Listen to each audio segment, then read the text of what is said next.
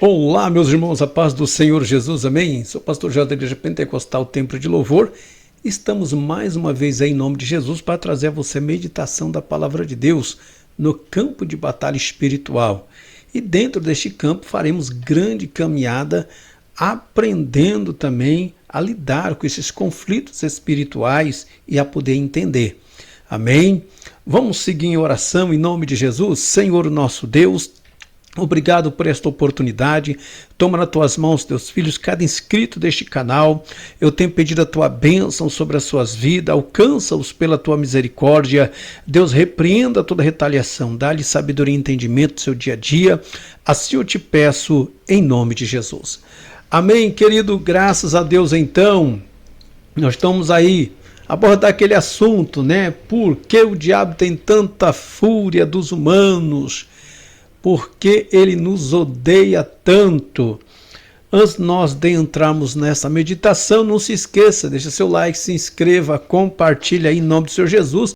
No cantinho da tela tem aí também o QR Code nosso no Instagram, Terapiando no Caminho. Vai lá, dá uma olhadinha lá, participe lá, veja nossas postagens em nome do Senhor Jesus, tá bom? E caso queira aí uma consulta, é somente mandar mensagem, entrar em contato no WhatsApp, que está ali o número, e nós estaremos aí para auxiliar em nome de Jesus. Amém, querido? Vamos então entrar nessa questão. Gênesis capítulo 1, versículo 1 e 2, né? Nós lemos: no princípio criou Deus o céu e a terra porém era sem forma e vazia, mas o Espírito de Deus pairava sobre a face das águas. Então segue o princípio da criação ali. Nós percebemos que quando você faz toda a leitura do versículo 1 ao 32, é perceber que diz: e tudo que Deus fez era bom, perfeito, não havia nada de mal, nada de ruim.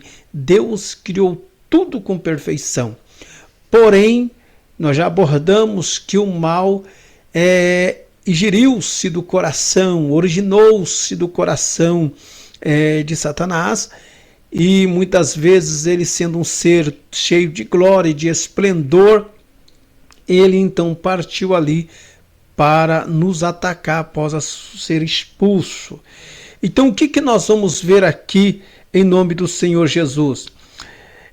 O que acontece? Depois da queda, né, do diabo, que ele perdeu todo o direito, né, e fez de tudo depois para conseguir ser o Deus deste mundo, porém ele perdeu todo o direito no sentido que ele não poderia mais estar diante de Deus. Ele foi expulso da presença de Deus pela sua desobediência, porque ele cresceu o seu coração. Então Deus, como já disse, Deus o expulsou. Deus não aceitou mais ali que ele pudesse ser um ministro de louvor ou estar diante de uma situação ali de adoração. Deus então o expulsou diante da sua presença. O versículo 4 de 5 de Lucas fala assim: elevando-se, mostrou-lhe no momento todos os reinos do mundo, e disse-lhe o diabo: dar-te-ei toda esta autoridade e a glória deste reino, porque a mim me foi entregue, e dou a quem eu quiser. Portanto, se prostrando me adorares. O que acontece nessa questão? O diabo, ele falou uma inverdade aqui para Jesus. Uma inverdade. Vamos se dizer uma verdade, mas uma metade de uma verdade. Porque o que nos dá a entender?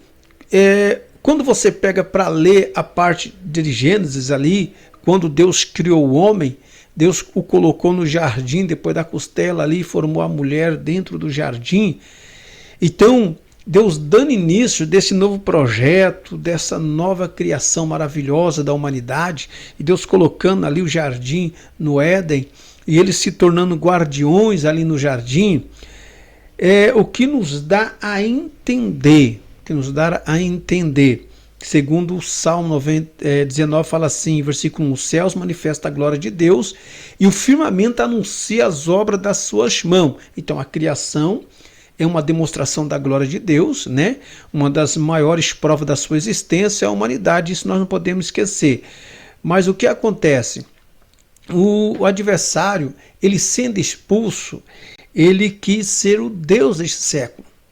Mas para assumir a responsabilidade de ser o Deus desse século, ele teve que tirar o homem de sua autoridade que lhe foi dada. Porque Gênesis deixa bem claro que Deus deu a terra ao homem para governar céus, mares. Então foi dada ao homem, foi dada a Adão, né, e a Eva para governar. Então, quais são as áreas que o inimigo utilizou para tirar da mão da mão do homem essa autoridade que foi concedida ao homem? Quais foram os meios? Nós vamos ver as mesmas táticas que ele usou para enganar os anjos no céu, foi as mesmas coisas que ele utilizou para enganar o Adão e a Eva, ou a Eva e o Adão no paraíso. Quando você pega para ler Gênesis 3, ali você vai ter uma percepção bem interessante sobre isso. O capítulo 14 nos fala assim, já lemos esse versículo 13, subirei acima das mais altas nuvens, serei semelhante ao Altíssimo, ele pregando para os anjos. Então, primeiro, o diabo ele queria ser um ser independente de Deus. Segundo, queria colocar o seu trono acima das mais altas nuvens.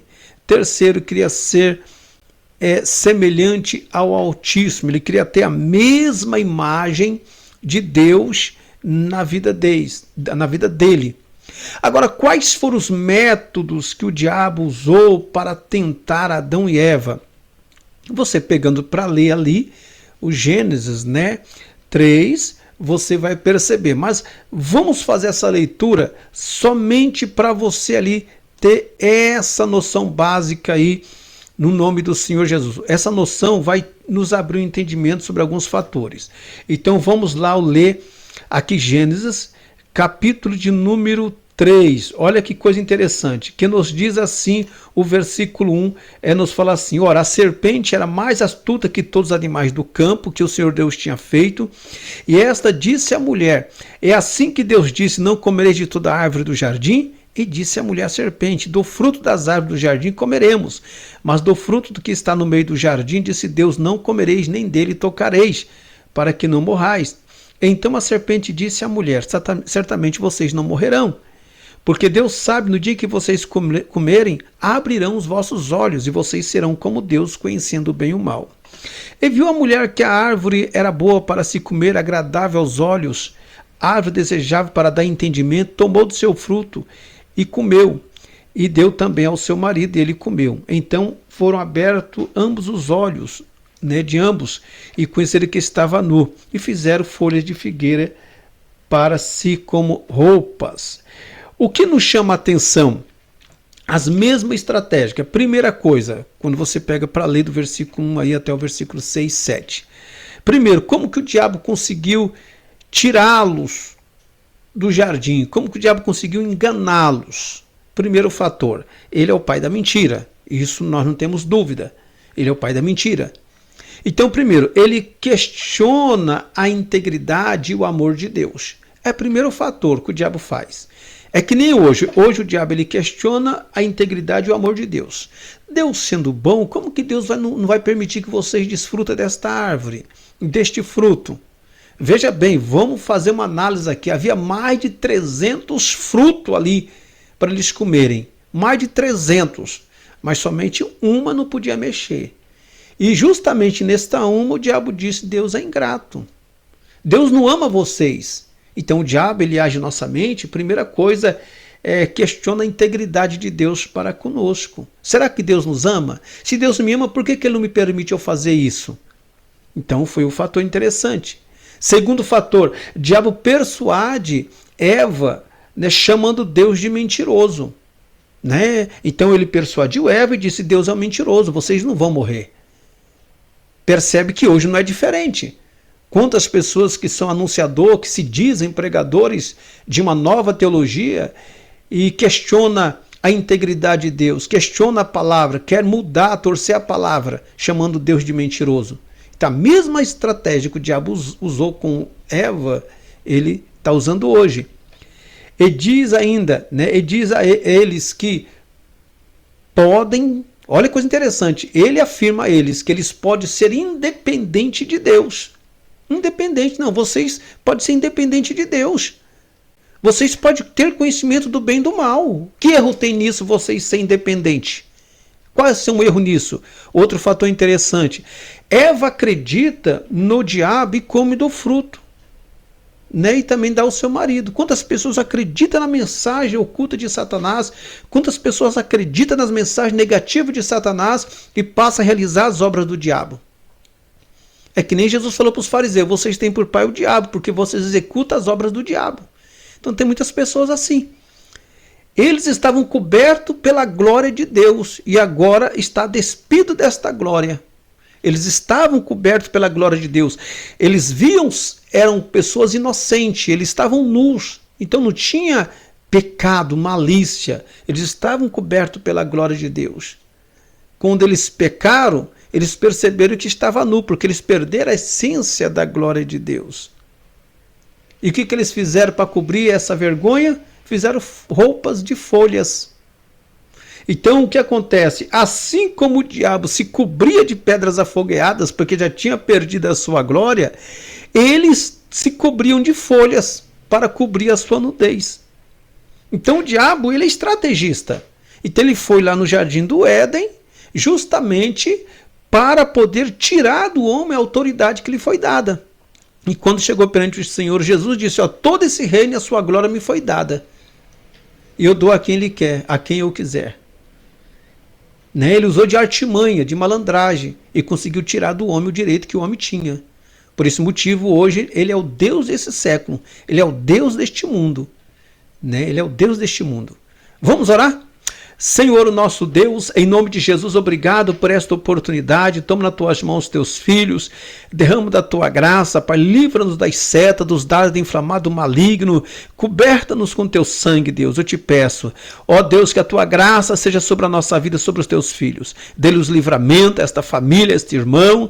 Ah, Deus, que o Senhor possa manifestar a tua glória em nome de Jesus. Amém, querido? Amado, não se esqueça, deixa seu like aí, se inscreva, compartilha. Vai lá no nosso Instagram, Terapiando no Caminho. Vai lá fazer uma visita lá, compartilhar conosco lá via nossas mensagens, em nome do Senhor Jesus. Tá bom, querido? Fica na paz do Senhor Jesus. Deus te abençoe.